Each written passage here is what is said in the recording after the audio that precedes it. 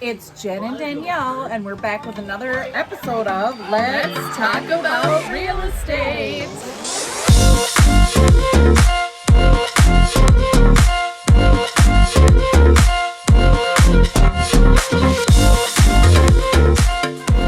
today, we want to talk to you guys about what do you need to disclose when you're selling your home. And we're also poolside today with our kids, which is fun. And we've got our mascot, Chico, here today. Yeah. Chico likes tacos. He likes So, to talk about real estate. He likes to talk about real estate. He hears me talk about it all the time. So one of the things that people ask a lot is, I just had a call today, that in the 60s they had water in their basement. Do they need to disclose it now? They said, once we put the window well covers on, it solved the problem. And I say, yes, I would disclose that, but just say that, how you fixed it, and that you haven't had any issues since. That's the biggest thing. Another question people ask is, Danielle, do you need to disclose boats? You don't, right? I was gonna say no, and then I started overthinking. No, you do not have to disclose that. That's something that can't really be proven, right? Right. But how about this one? Do you have to disclose a murder?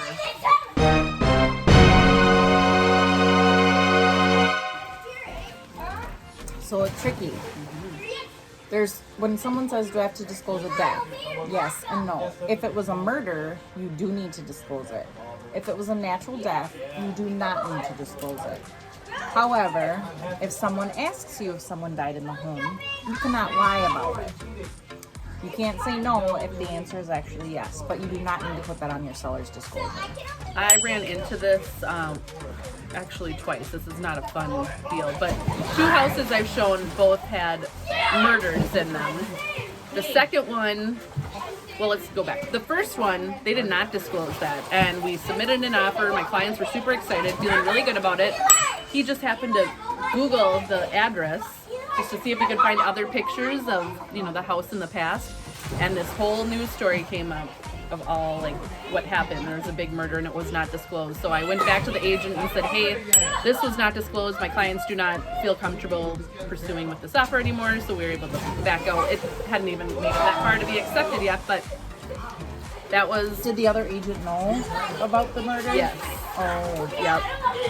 Oopsie. Yep, oopsie is right. And then the other one that I showed another house that had a murder in it, and that they did disclose, but we didn't have the disclosures up front, so they did, but they didn't. We didn't have them before we looked at it. But again, passed on that one. Some people it doesn't bother, some people it does, but yeah, just one of those Same things. with ghosts. You don't have to disclose it, but if some buyers love that stuff, so... there was one time when I showed a house and I kind of felt like it was haunted. I was downstairs. It was a super old house. It was vacant. And I was downstairs with the buyer. And we heard what sounded like something jump in the kitchen and then walk across the stairs. And I was like, you're not buying this house. We're leaving right now. We both looked at each other like, what was that? And it was a vacant house. There was nothing up there. So that was weird. So the bottom line is if you're ever in doubt on what to disclose, it's always best to just disclose it, be upfront about it. You don't want anything to come back and bite you in the butt. Right. And if you're truthful about it, truth always wins. State what happened, how you fixed it, and that you don't have any issues anymore. And it's common, things happen. People know that too. Especially if you've lived in the house for a long time, or a couple years ago when we had record-breaking water, rain and lots of snow. A lot of people got water in their basement that normally never did. So It's okay to disclose that. And maybe you haven't fixed the problem yet. Maybe you haven't figured out if it's the gutters or if it's the landscaping. Just be truthful about it. Right. You don't want to have to deal with it later on. Have a clear conscience. Exactly.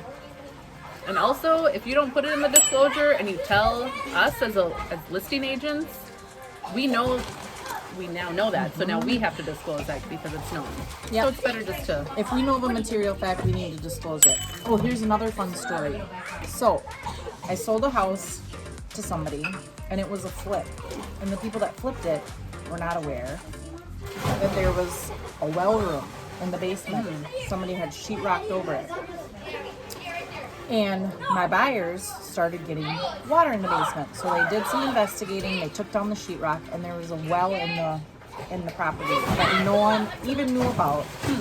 Was not disclosed because prior to that it was a bank-owned home, and the people that bought it flipped it. Didn't know about it. So of course, my buyers then, when they went to sell, had to disclose that there was a well, and they had to have it paid to be sealed. I did help them out because I felt bad, but things like that can happen too. Things can happen. And yeah, something, if you haven't been in a house for very long, there might be things that you don't know that weren't disclosed prior and might show up afterwards. But as long as you're truthful, the best to your knowledge is what it says right on the form. So, which brings up another good subject. Buyers might call you 3 weeks after they move in, and they'll say, you know, maybe like the roof started leaking or something like that. You know, can we go after the sellers? It gets to be a little tricky because it's like, is it something that the sellers knew about? Especially if your buyer starts remodeling and they take down sheetrock and there's mold behind the sheetrock. Well, how would the sellers have known there was mold behind the sheetrock? right. So it can be a little bit of a gray area, but that's why you have realtors, and we can usually find out the right answers for you. Right. Yeah. Well, perfect. That's another episode of Let's Talk About Real Estate. See you next time. Bye.